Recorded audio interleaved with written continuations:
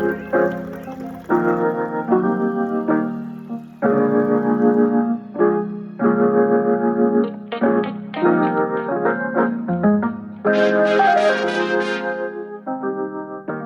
everyone, I'm so excited to be back with Homemade. It has been 4 long months since I've posted anything on my YouTube channel, and I've missed this space so much. The last footage I took was so lovely and summery, and now we're in fall, so it kind of feels outdated, like I can't post it, but we did have a lot of fun this summer. We spent a lot of time outside, going on little road trips, finishing up some more reading. We even redecorated our room, but we are in the fall and it just doesn't really match the flow of life right now. So why the break?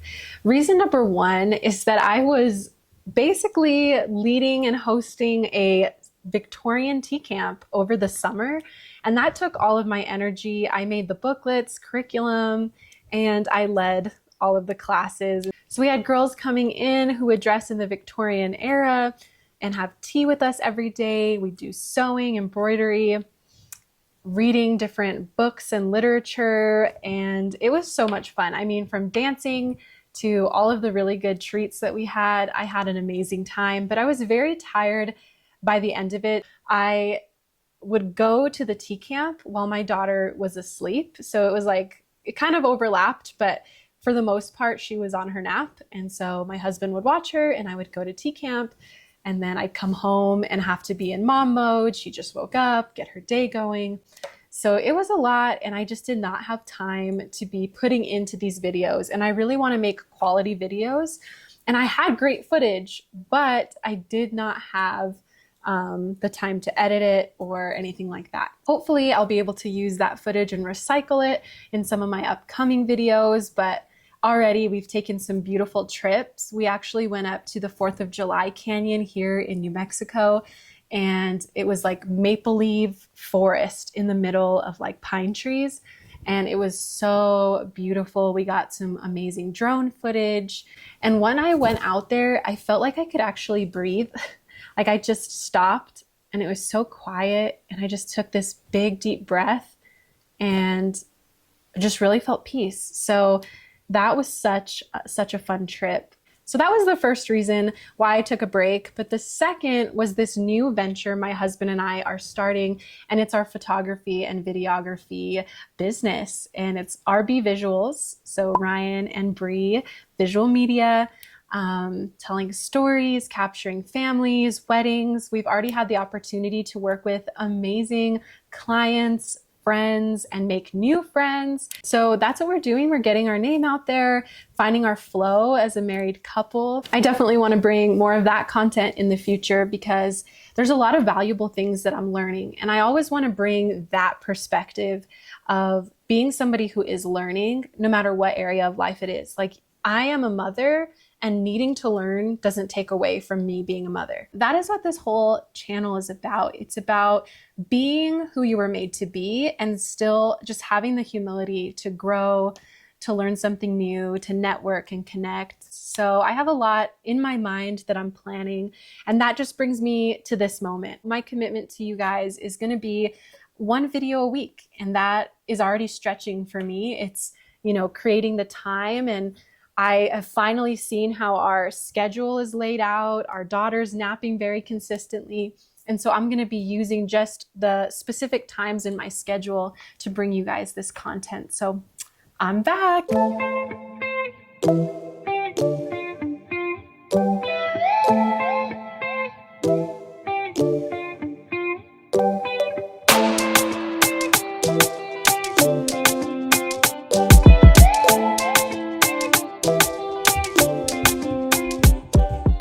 So now that I've updated you on my life, our new business, and the plan going forward with this YouTube channel, I want to talk about some autumn books that I have been reading and enjoying. So let's get right into it. So the first book was my transition book from summer to fall. It's very cozy, but it's also a murder mystery. And so this one is Shady Hollow. So we are faced with a murder in this cute, quaint little woodland animal town. So all of the characters are animals. The main character is Vera Vixen, and she is a fox. This really gives me Zootopia vibes, honestly, because it's very mystery and death is happening, but it's not like a horror scary. It's very cute. So cute but deadly. I was guessing throughout the book who is the murderer, who is behind it, are there multiple animals? And you kind of just see all of the skills of different animals come together. There's even some romance, suspense, and all kinds of stuff. So this is a very cute book if you're looking for a light read, something that you can kind of just sit down, enjoy. Also, I love the colors in this book, and the cover has like little hints. There's like a little knife up here, a little bottle down here. So it actually alludes to the story. And I really enjoyed this read. I want to read the next ones in the series. So that was my first read of fall.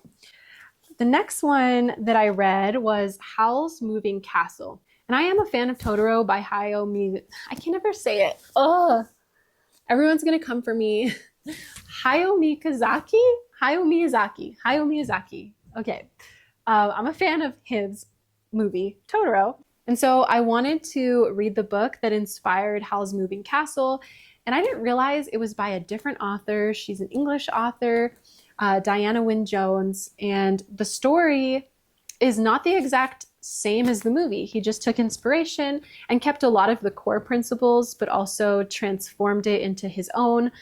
And I gotta say, when I was reading this book, I didn't feel like it followed the rules of traditional storytelling. Sometimes I was like, did I skip something? Wait a minute, hold on. I had to like go back. I didn't know what the outcome was going to be. I had never seen the movie adaptation, so I didn't know what this was going to be about. And I ended up really enjoying it. It was very quirky to me. It was very imaginative. And I liked that it was different. It wasn't just your normal average plot. And then I watched the movie and it was great. There's certain scenes that I feel like I'm like, oh, that's a little bit spooky, but that's Howl's Moving Castle, the book and the movie, thumbs up. So I want to talk about Tress of the Emerald Sea next. This is a book by Brandon Sanderson. He released like 3 secret novels, and I didn't even know anything about Brandon Sanderson. I just saw this book on my birthday back in May, and it was Emerald, like my birthday month. I opened it up and there's adorable cups, little butterflies. I was like, this is the book for me. I'm gonna pick it up. I didn't even really read the back. I just kind of took a chance on this book. And I asked my husband if we could read it together. So we were reading it aloud to each other, and we'll do this every so often. We'll pick a novel to read, and maybe we have home projects going on, and I'll read to him while he works on a project that's very just tedious or boring. But we wanted to just do this at night for fun. And unfortunately, we have only, I think we're on, let's see, chapter 39. The Chicken Keeper. I am waiting for us to have the right time to finish this book, but it follows a young girl named Tress who lives on an island where she's pretty much cut off from the world, and this world does not follow the rules of our world at all. So she is learning about her world, going on an adventure, trying to save the love of her life. And so it's a very unique book. And it's funny. I think that was something that I was surprised by. Like my husband and I would actually laugh. It's a very witty book. And I feel like I'm pretty witty. So this is a great book. And when I finish it, I'll tell you more about it. Next, I read Major Pettigrew's Last Stand. And I read this book because one of the reviews said it really was similar to Jane Austen's novels. And I was like, I love Jane Austen. I would love to read a more modern take on a Jane Austen story. And I will say this book is very, very sweet. It is a sweet book. It's about an older couple from 2 different worlds who kind of start up a romance and are working through different cultural things. The woman in the book is from India, and the gentleman is from England. So this love story has a lot more depth. I was glad I read it, and I always had a cup of tea. It just made me want, for some reason, a London fog, which is Earl Grey and steamed milk. And I would just drink that, read this book. And I think one of the days that it rained, it was perfect. So this might not be for everybody. It's a little bit slower, but it is a beautifully told love story, and I recommend it. So next we have Emily of New Moon, and I'm listening to this through Libby Books. I'm not sponsored by them. It's just a really helpful library app where you can listen and read books for free. And I kind of have a mom hack here. These are my headphones. They were only like $40 and they're so nice. They're noise canceling. This is how I am randomly throughout the day when I'm listening to a book, whether my daughter's having a nap or I'm cleaning. This has been the most helpful thing. I just start listening to an audiobook, or I know a lot of people like podcasts. I'll do that too. But audiobooks lately have been my way to read without neglecting the things in my life. So I'll put my headphones on, my husband will play with my daughter, and I'll just literally have 1 to 2 hours of cleaning time and me time where I'm just in my head.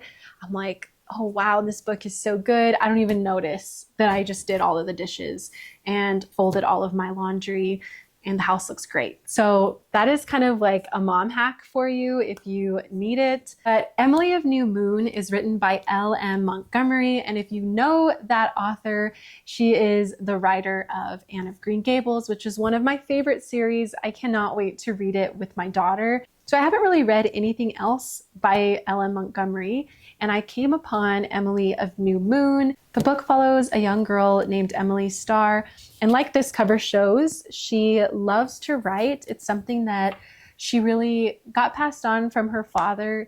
He was a journalist, and she wants to be a writer. And so this book is filled with a lot of that type of heart of like a poet and a writer. And I think that that's what makes the book very beautiful. But she's also a young girl. Like I think 8 to 11 is where I'm at in the book. She's around that age. And she is so honest, like kids are. She is experiencing some really hard things right away.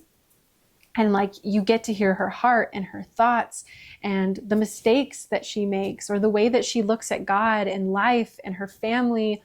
And it really does feel like Anne of Green Gables, but with a new character. So it's like we're going back to Prince Edward Island, but we're looking in at the life of Emily. And I am already really enjoying it.